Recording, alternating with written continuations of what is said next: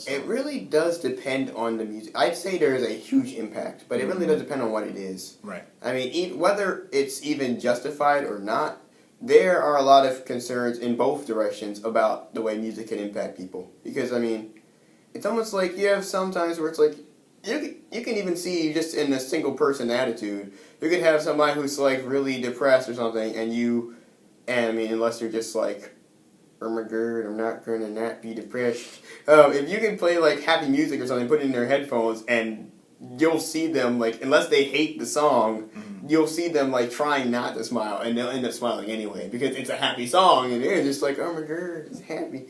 And it's just like other situations, like and it's like the same thing. You go another direction where you can have somebody who's like happy or something. If you start playing like extremely depressing music, they're probably going to end up reacting to it. Or if someone's there and you start playing like romantic music or something like that, people tend to actually kind of have a reaction to the type of music that it is. I mean, there's even been concerns about like harsher music in some situations. I don't have enough knowledge to say whether they are justified fears or whether it's just, random concerns by people. But that sometimes the things people listen to can affect the way they think, the way they act. Sometimes it can lead to either them like doing something that would be bad or negative.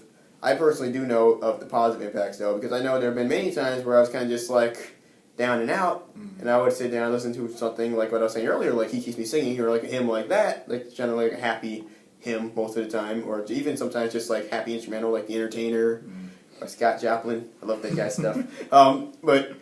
And then that's almost like you're just there, and if you listen to it long enough, even sometimes you have to just put it on loop, you're eventually going to end up feeling a little bit happier. It's just like you got cheery music playing in your head.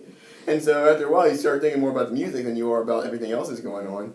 So, I mean, it really does depend on the music, the situation, and sometimes the person listening to it. Because, I mean, I have friends or whatever where if they have like a happy song by Justin Bieber, they'd be like, oh my goodness, I'm so happy now. I mean, likewise, you can play me a happy song by Justin Bieber, and I'm just going to be like, flips table, throws MP3 player, steps on it, and cracks it. So, I mean, it really does depend on the person, the type of music that they actually enjoy, and what the music was actually done to do in the first place. There's even been times where it's like, here's this song that we make sound happy, and then when you really listen to the words, there's like all these other subliminal messages and stuff in it. And so it really does depend. And I say it has a huge impact, but that the impact needs to be used wisely so that it doesn't do something that it wasn't supposed to do in the first place.